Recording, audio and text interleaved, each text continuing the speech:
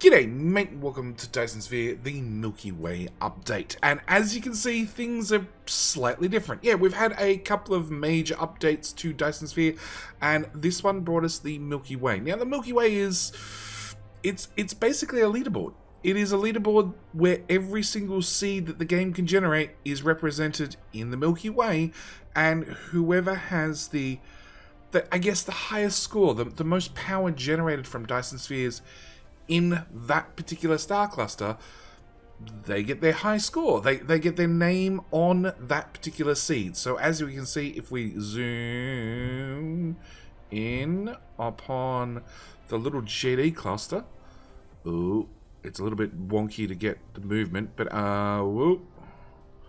Hang on, I'll get there. Maybe I won't. Maybe I won't. There we go. Okay. As you can see, my seed followed by my star amount. So I actually had a mod installed when I created my seed. So I have 231 stars compared to most people 64. But the important thing is still generated and at least shown inside my game. On the Milky Way, I have 5.74 gigawatts, at least 5.7 gigawatts upon this save. So this is a major update. It's a really, really cool, really dynamic way of displaying a leaderboard, and it also means that you can browse around and pick a seed. You know, you might decide you want this particular star all the way out here, which is out all by itself. By all means, have that particular seed, play that particular seed. You know, there is several billion seeds out here, so I'm willing to bet there's a lot of seeds that nobody's even played on yet, so there are obviously more seeds to come. But yes, this is one of the very, very big updates. On top of that, another major update the devs have implemented is, in the past we could hold down shift and click on a building, and we'd get, you know, that building with the filters or whatever we'd preset attached. They've actually updated that, so now we can shift click on a building. We can also get the sorters now attached, which is going to be a big time saver. The last thing they've added as part of this update, which is really the icing on the cake, is now you can click and drag to place down a row of smelters, assemblers, oil refineries, whatever it happens to be. Everything is now click and draggable. It does seem that it maxes out at about 12 items at a time, and you can use the plus and the minus on the keyboard or just the tab key to increase the spacing between buildings. It is a handy feature, I'll definitely say that much. You'll probably find just about every content creator you are watching had installed a mod to do this, because Dyson Sphere had a little bit too much clicking in it. I know that after my first 200 hours of playing Dyson Sphere Vanilla, I definitely resorted to all mods to get this sort of stuff done in a hurry. But it does mean that yes, building just became vastly faster than it ever was before, and 12 is, you know, a reasonably good number. More would obviously be better. The other thing you might notice, at least with my first row, is it's properly spaced things out, so I can drop some power poles. Hang on. Can I not click and drag with power poles? You have done building the first... Oh, go away, advisor. No, it looks like I can't click and drag with power poles.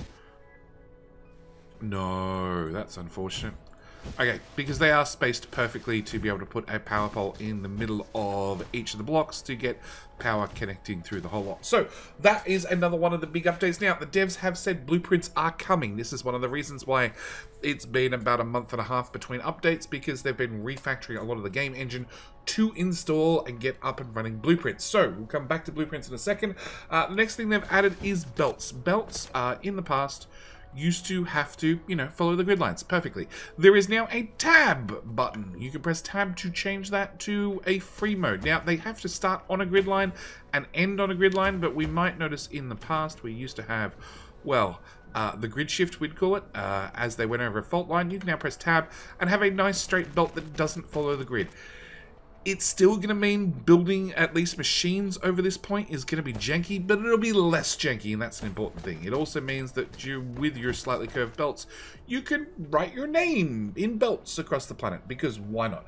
Next update we've had is environmental modification. We have foundations. Foundations are now color-coded. So rather than, you know, going out of your way to try and write what it was on a planet with, you know, I saw people writing with belts. I saw people writing on the ground with just plain foundation. I saw people foundationing a whole planet and then unwriting what it was they were building in different sections on the planet to try and find out where things were. Now you can just use simple color coding. So as you can see, we have many different colors. If we left click on the color wheel, we can get a bunch of different colors. On top of that, if we right click on custom color, we can pick any color we want, along with an alpha channel, so you know you can make it transparent, not transparent. Really cool little feature. Let's go with very transparent blue as just an example, and we'll pop some of that over there. That's super transparent. That's still super transparent. That's still super... Oh, helps if you actually turn the color up, JD. Good job. That's still way too transparent.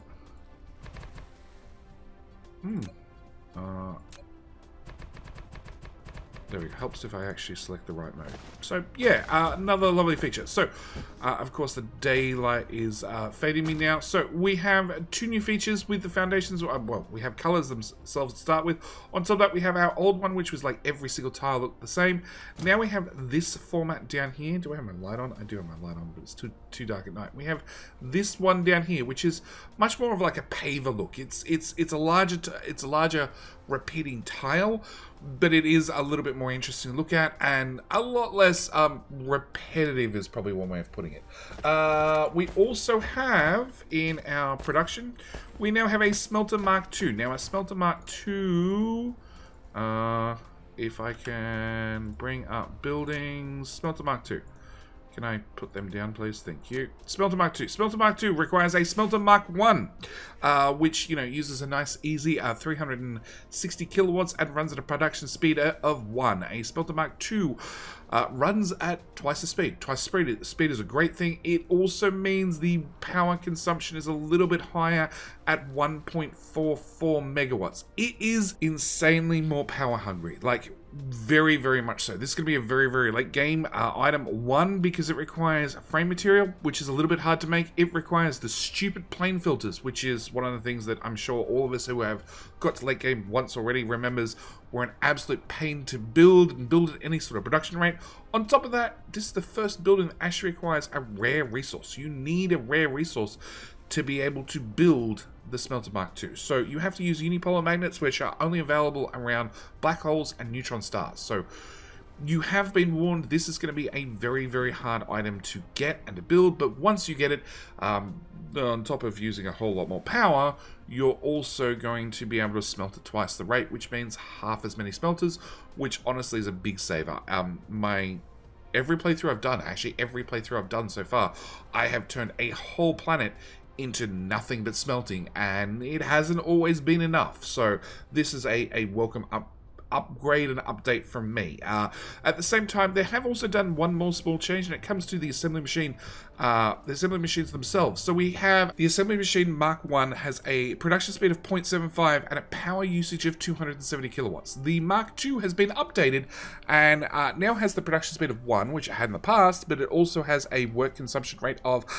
540 kilowatts. It is twice as much power. The Mark III is a production speed of 1.5, unchanged, but its work consumption is 1.08 megawatts. They are, every single time you go up assemblers, they double in their power requirements. So yeah, no longer spamming assembly machine Mark IIIs everywhere. You're going to have to be a little bit cautious with them, and obviously your power grid is going to need some severe upgrades in Dyson Sphere the Milky Way update.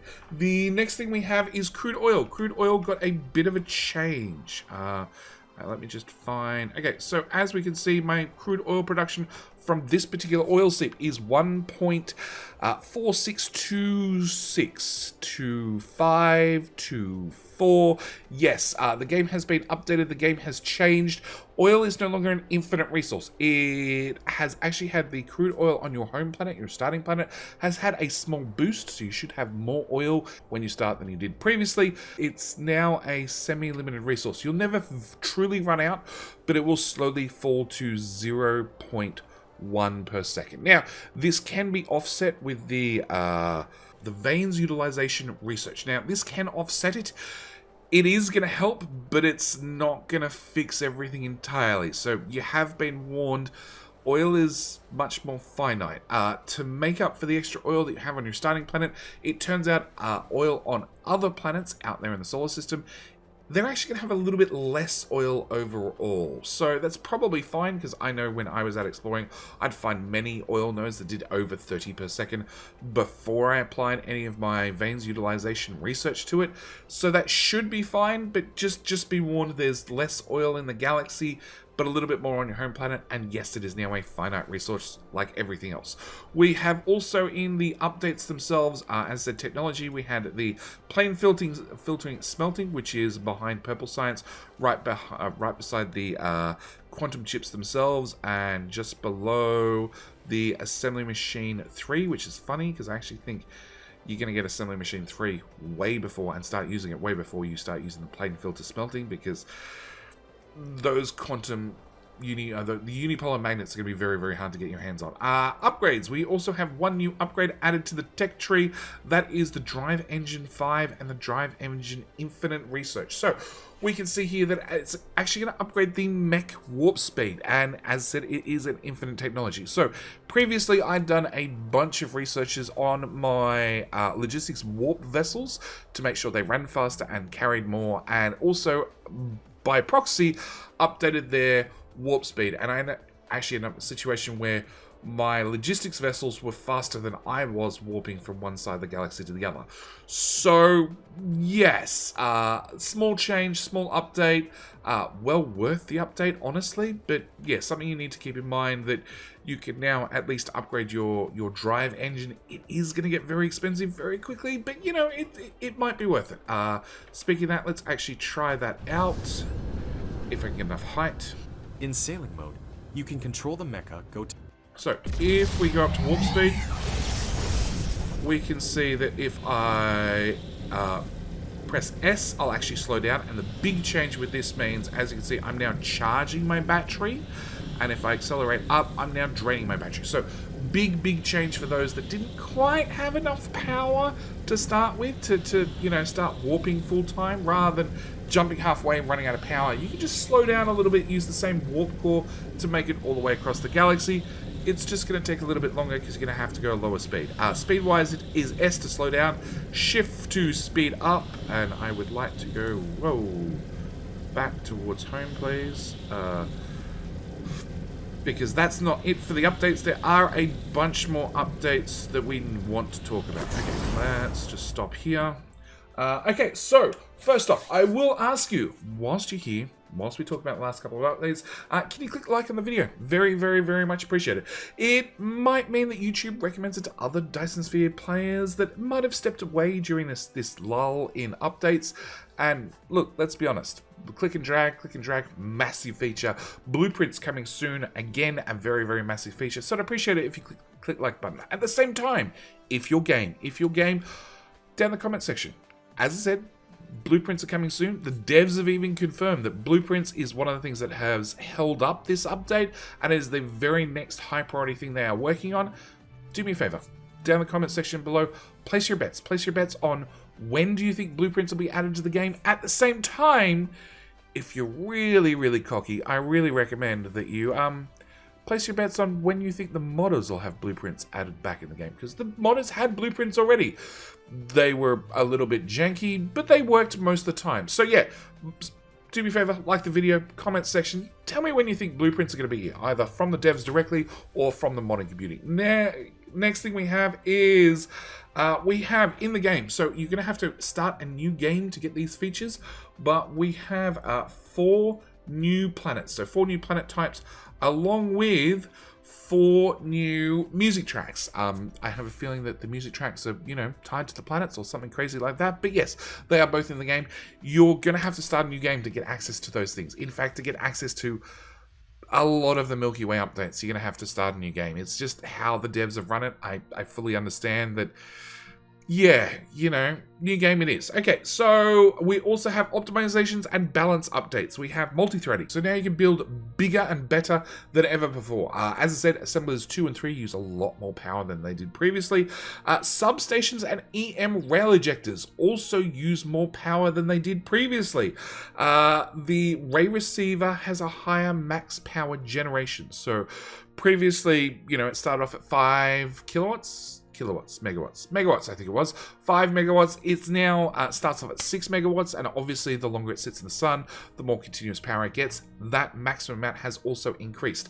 On top of that, because they've changed it in normal power mode, they've also changed it inside photon mode. So in photon mode, I believe it maxes out like 240 kilowatts now, which is an insane amount of power. Yes, in kilowatt mode, it is now 240 megawatts, which is a substantial increase. Same time, they have changed up the critical photons themselves. They actually hold a little bit more power than they did previously, which has had a knock-on effect to antimatter fuel rods hold slightly less power, but require less antimatter to make them.